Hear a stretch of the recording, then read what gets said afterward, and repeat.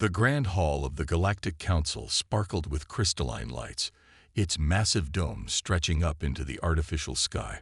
Hundreds of alien representatives filled the chamber, their forms ranging from towering energy beings to small reptilian creatures in floating chairs. At the center of all this grandeur stood Captain James, his back straight and his blue uniform crisp, as he prepared to present humanity's greatest achievement. Behind him, projected in stunning detail, floated a hologram of the Infinity Edge. The ship's sleek silver hull gleamed, its unusual spiral patterns catching the light in ways that made most viewers feel slightly dizzy. This wasn't just artistic design. Each curve and pattern was essential to its revolutionary dimensional drive. Distinguished members of the Council, James began, his voice clear and confident despite the tension in his shoulders. Earth presents the first seventh-dimensional vessel ever created.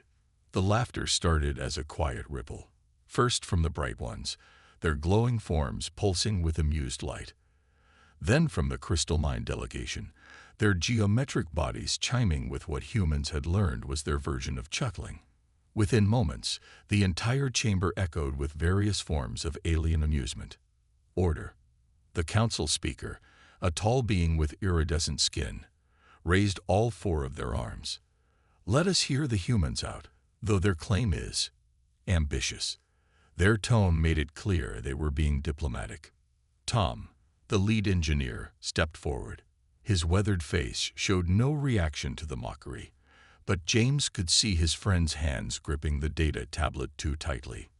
Our calculations show that while six-dimensional travel has revolutionized space travel, it still follows a linear path through dimensions. The Infinity Edge takes a different approach. The hologram shifted, showing the ship's core systems. Mary, their quantum physicist, took over the explanation. Her gray hair was pulled back in a simple bun, her eyes bright with the enthusiasm of someone who knew they held a revolutionary truth.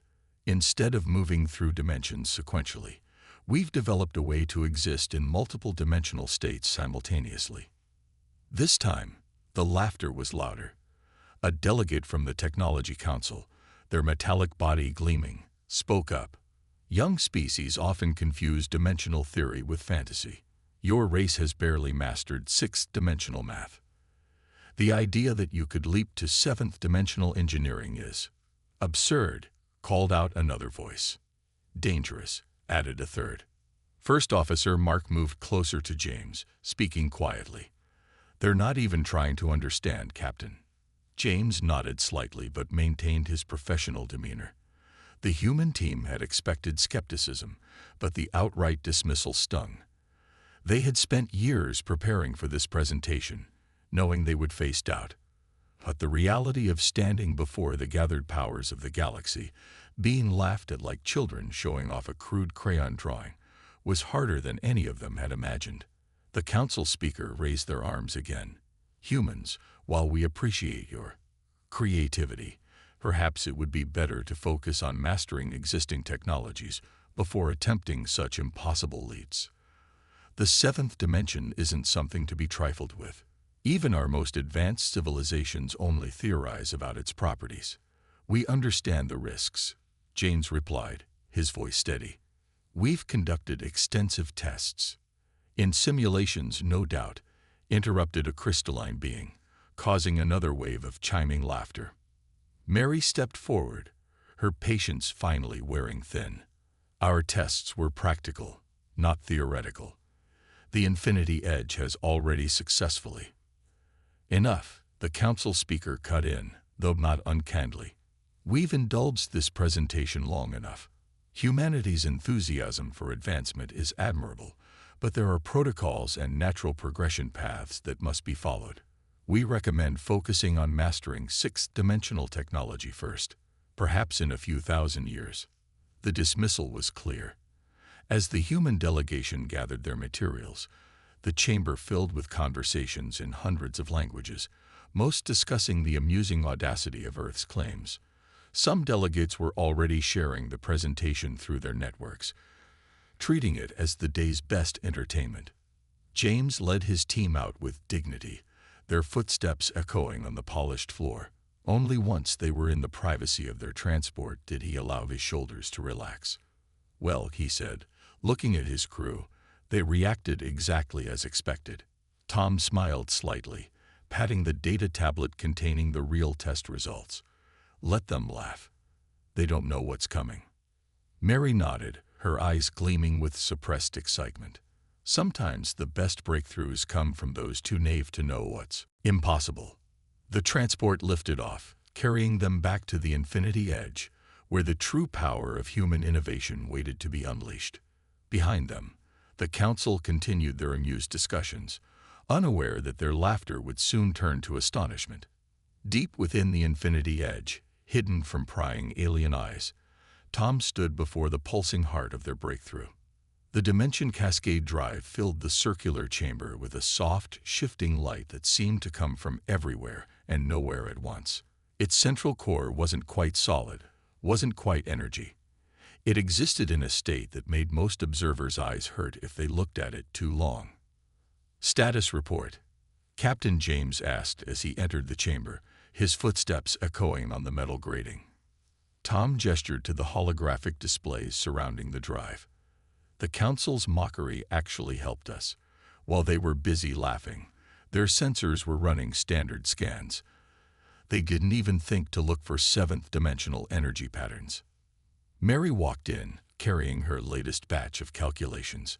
Her eyes reflected the strange light from the core as she added, "And that's exactly why we'll succeed where they failed. They're so certain about what's possible that they never question their own limitations." The three of them gathered around the main control panel. Above them, the drive's external shell rotated slowly, covered in the same spiral patterns that decorated the ship's hull. But these weren't just decorative. Each curve was a precisely calculated dimensional fold point. "Show me the latest test results," James said, pulling up a chair. Tom nodded and touched several controls. The air filled with streams of data, but unlike traditional holograms, these seemed to extend in directions that shouldn't exist. Yesterday's microjump was perfect. We moved through all 7 dimensions simultaneously for exactly 2.3 seconds. "The alien's biggest mistake," Mary explained, reaching into the data stream and pulling out a specific reading, "is thinking dimensions are like floors in a building. They believe you have to go through each level to reach the next. But we proved that's wrong." She manipulated the data, creating a visual that looked like a spiral of light. "Reality is more like, think of a tree branch growing in every possible direction at once. We don't need to climb through dimensions 1 through 6 to reach 7. We can exist in all of them at the same time." James watched as the simulation played out, and the crew's safety. "The containment field is holding perfectly," Tom assured him, pulling up another set of readings. "The human mind isn't meant to perceive 7 dimensions at once, but our protection systems convert everything into comprehensible 3-dimensional data. The crew will feel some slight disorientation, but nothing serious." First Officer Mark entered the chamber, carrying news from the ship's communication array. "The Council's already spreading word of our amusing presentation across the galaxy," he reported with a slight smile. "Some of the messages are quite creative in their mockery." "Let them laugh," James replied, standing to inspect a particularly interesting data pattern. "How long until we're ready for a full power test?" Tom and Mary exchanged glances. "The drive is ready now," Tom said. "We've triple-checked every system. The only question is where we should do it." "I have a suggestion," Mary said, pulling up a star chart. She pointed to a remote sector far from major trade routes. "This region has unique spatial properties that should mask our energy signature. Even if someone detects something, they'll assume it's natural phenomenon." James studied the location, then nodded. "Plot the course, but keep us in normal space until we're ready. No need to show our 6th-dimensional capability either. Let them keep thinking we're stuck with basic faster-than-light travel." As the team dispersed to their stations, James remained in the drive chamber for a moment, watching the impossible core of their creation. Humanity had always excelled at thinking beyond established limits. Where others saw rigid rules, Humans saw possibilities. Where aliens built ladders, humanity looked for elevators. The captain smiled, remembering the condescending tone of the council speaker. Soon, very soon, they would show the galaxy that sometimes the greatest breakthroughs come from those too primitive to know better. The infinity edge hummed around him, its systems ready to break not just physical barriers, but the barriers of prejudice and assumption that held back progress. All hands, he called over the ship's comm. Prepare for departure. Let's go make history, even if we're the only ones who know it yet. The Dimension Cascade drive pulsed in response, its light bending in ways that suggested it was eager to prove what humanity could really do. The emergency alert cut through the peaceful hum of the Galactic Council chamber like a knife. Red warning lights pulsed across the crystalline dome, casting eerie shadows over the gathered representatives. The same council that had laughed at Earth's presentation just days ago now sat in stunned silence.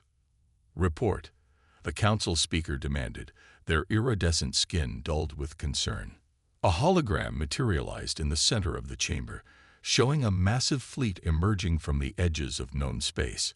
The ships were dark, almost invisible against the backdrop of stars, their shapes wrong in ways that hurt to look at.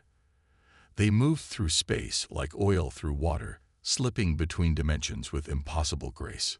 The Outer Rim Defense Fleet has fallen, announced a military commander, their metallic form gleaming with nervous energy. The invaders are using advanced sixth-dimensional technology we've never seen before. They're moving through our strongest defenses like they don't exist. From their observer's seat in the chamber, Captain James and his small human delegation watched the unfolding crisis. The Infinity Edge floated in orbit above, officially restricted to simple space travel after their failed presentation. Third Fleet lost. Another announcement echoed through the chamber. They're bypassing our shield harmonics by shifting partially out of normal spacetime. The council speaker raised all four arms for attention. Deploy the crystal mine defense grid. Activate the dimensional anchors. But even as they spoke, the hologram showed more defense stations going dark. The invading fleet wasn't just winning. They were systematically dismantling the most advanced defensive networks in known space. Dimensional anchors having no effect, reported a crystal mind representative, their geometric form vibrating with distress. They're operating on multiple dimensional planes simultaneously. Our technology can only lock down one dimension at a time. James felt his communication device vibrate. A message from Tom aboard the Infinity Edge. Captain, we're tracking their attack pattern. They're using sixth-dimensional space like a battering ram, shifting just enough to slip through defenses, then solidifying to attack. But their technique is crude compared to what we can do. Mary added her own message. Their technology is powerful but limited. They can only shift through dimensions one at a time. The Cascade drive could. James cleared the messages as First Officer Mark leaned close. Should we offer help? He whispered. Not yet, James replied quietly. Let's see if pride is stronger than fear. The council chamber erupted in chaos as another defense line fell. The invaders were getting closer to the core worlds. Alien representatives argued frantically, their various universal translators struggling to keep up with the panic. The Bright One's solar barrier has failed. They're adapting to every countermeasure. The Technology Council's automated fleet was destroyed in minutes.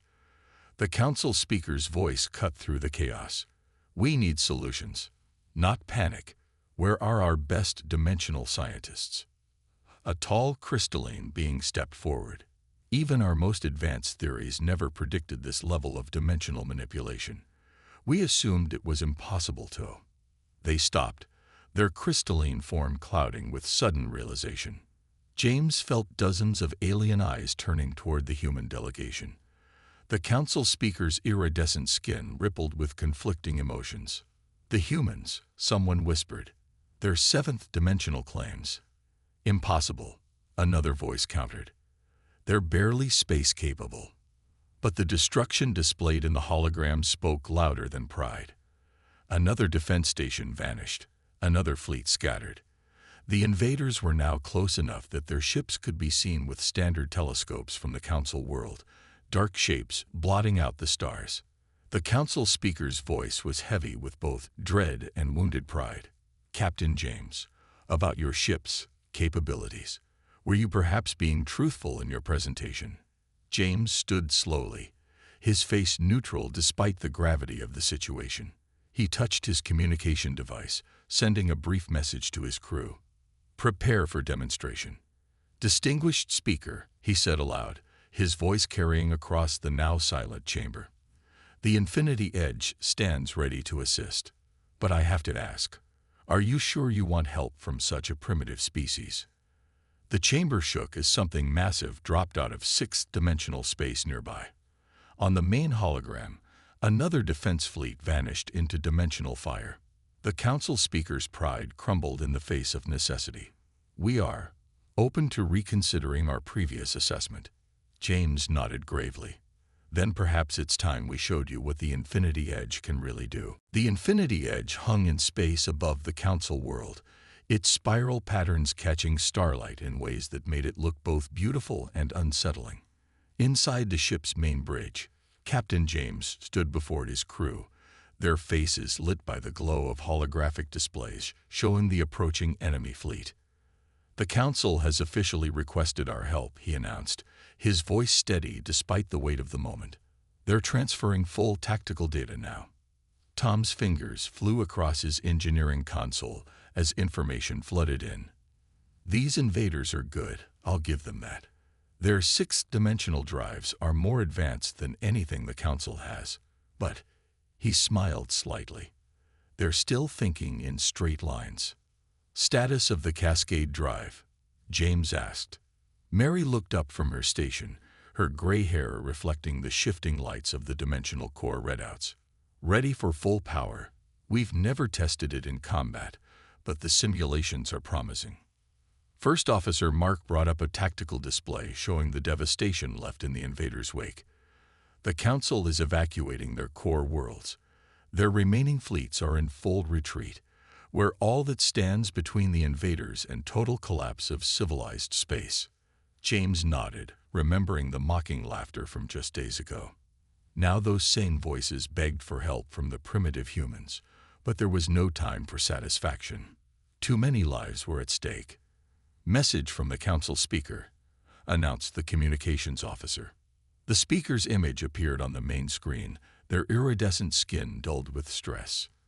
"Captain James, we are transferring command of our remaining defense forces to you. Our best tacticians estimate we have less than 6 hours before the enemy reaches our core worlds." "Understood," James replied simply. "We'll need your ships to follow our lead exactly. No questions, no hesitation." The speaker's multiple arms moved in what humans had learned was a gesture of desperate agreement. "Of course. Though, some of our commanders are expressing doubt about following that is, a primitive human vessel." James finished for them. "Those commanders are welcome to retreat with the civilians. We'll handle this ourselves." The speaker's skin rippled with embarrassment. "That won't be necessary.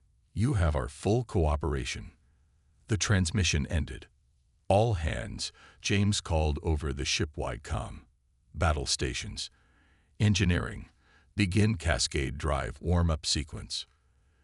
The Infinity Edge hummed to life around them. In the drive chamber, the impossible core of their technology pulsed with increasing power. Tom's voice came over the comm. "Drive responding perfectly, Captain. Ready to show them what humans can do." Mary added from her station. "Dimensional sensors active. We're tracking multiple sixth-dimensional distortions from the enemy fleet. They're using standard attack patterns, sequential dimensional shifts to bypass defenses." "Tactical," James ordered. "Plot and intercept course. Let's position ourselves between the enemy and the Council core worlds."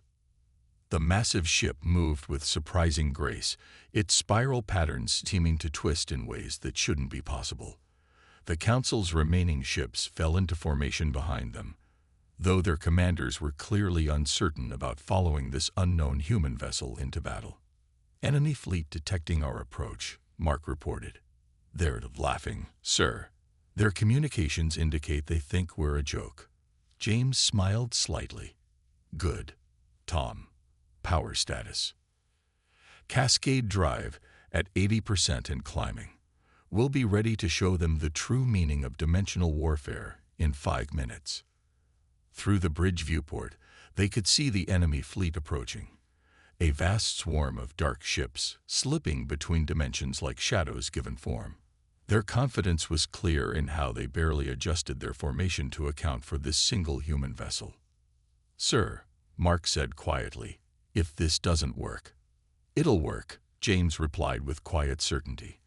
Humanity has spent its entire history doing what others thought impossible.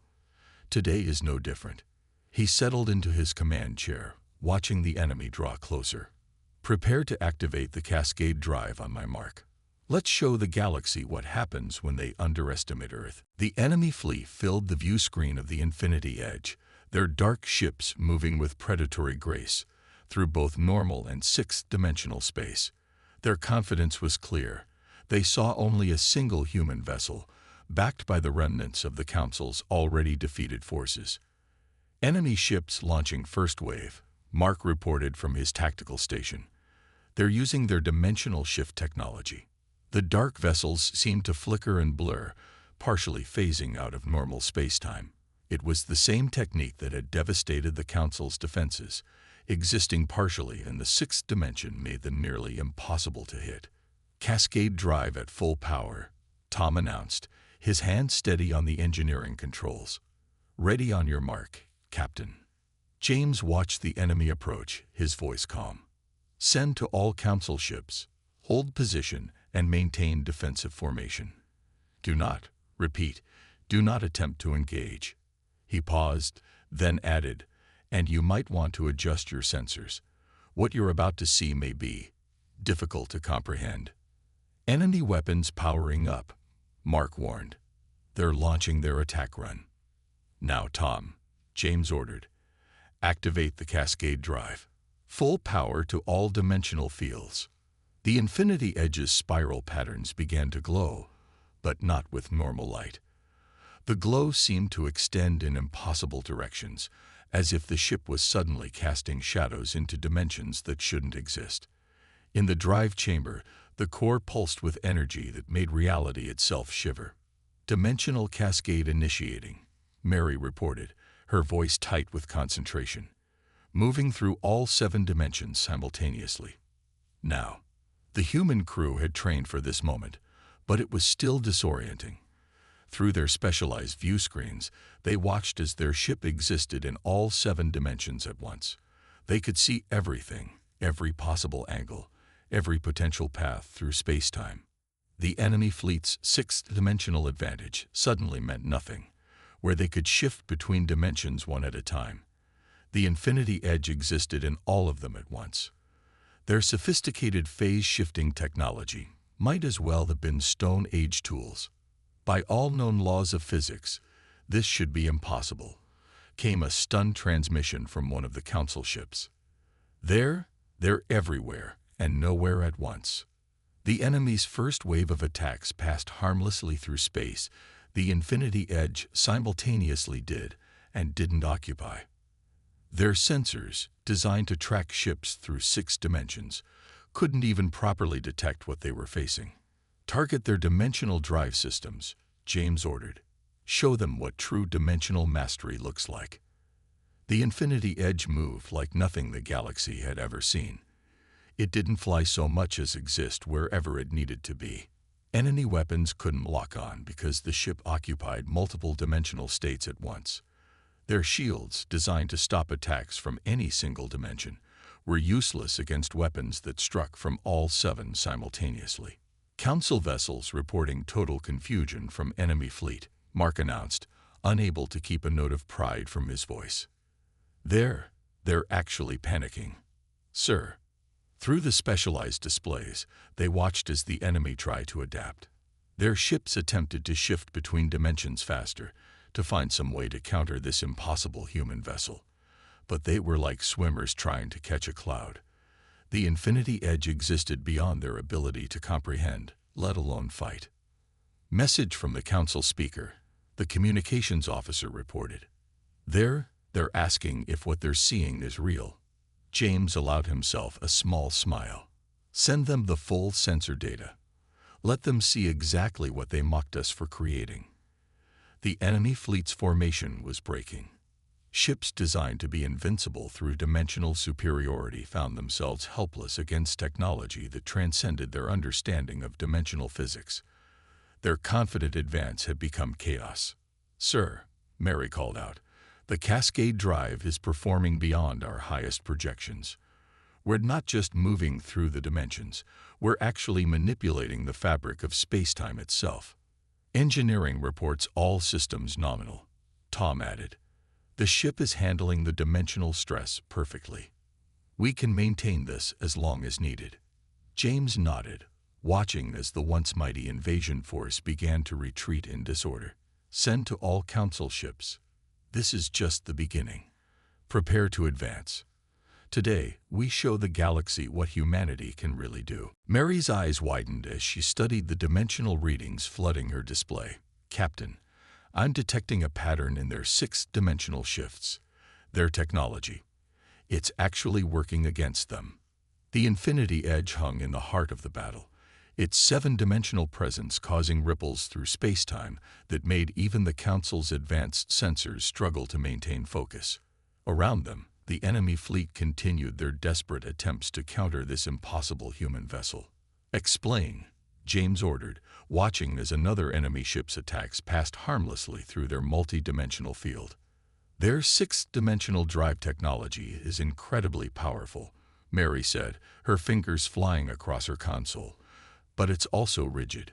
They can't shut it off quickly once they start a dimensional shift.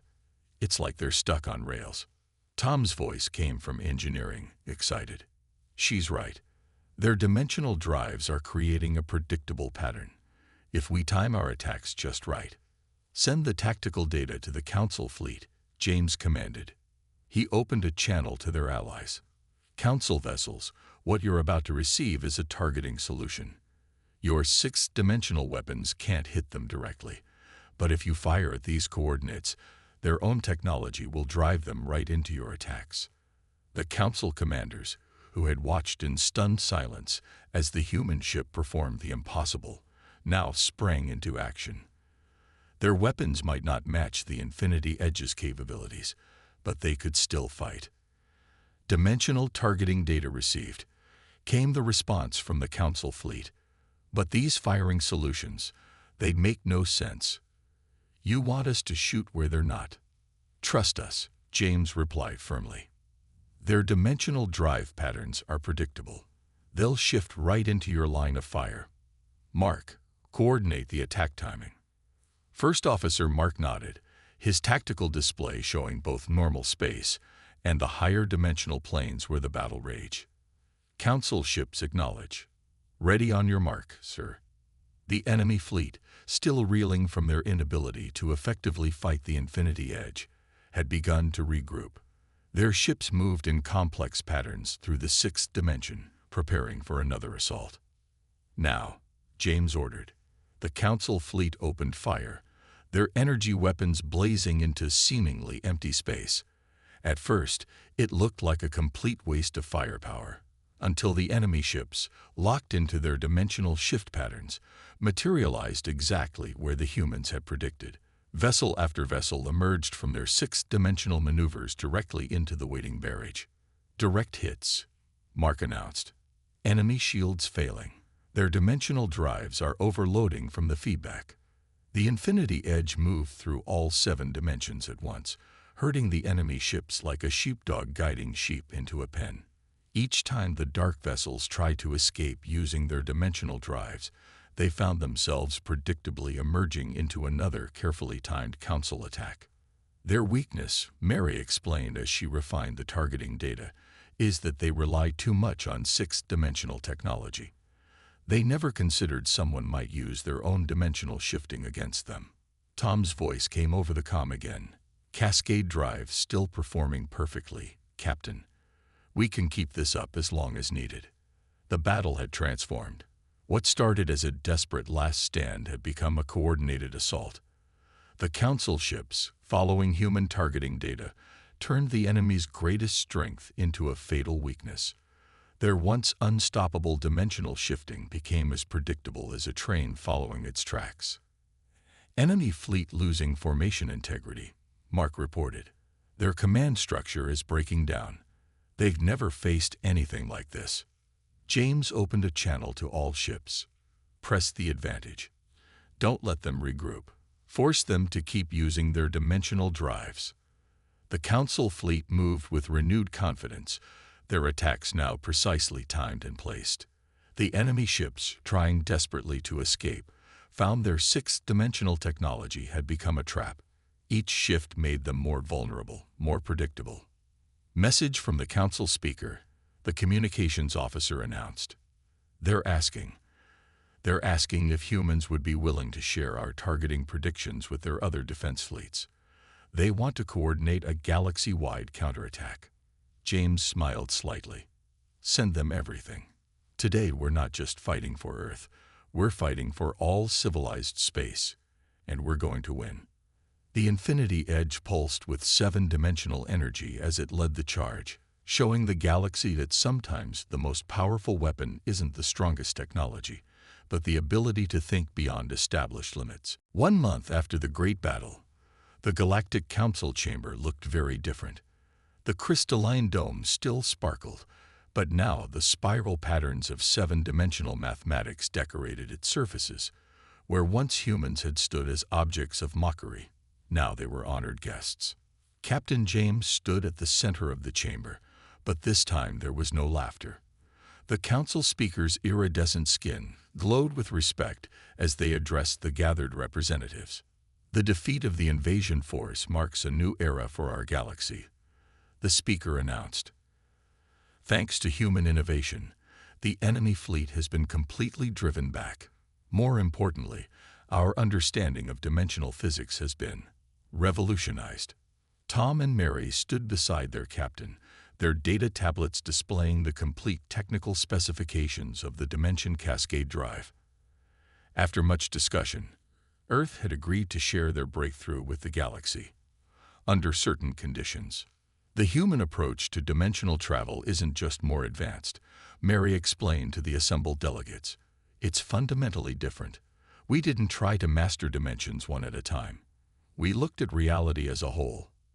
The Technology Council representative, their metallic forms still showing battle damage, spoke up. We analyzed the data from the Infinity Edge's performance. By all our previous understanding, what you achieved should have been impossible. That was your first mistake, Tom replied with a gentle smile.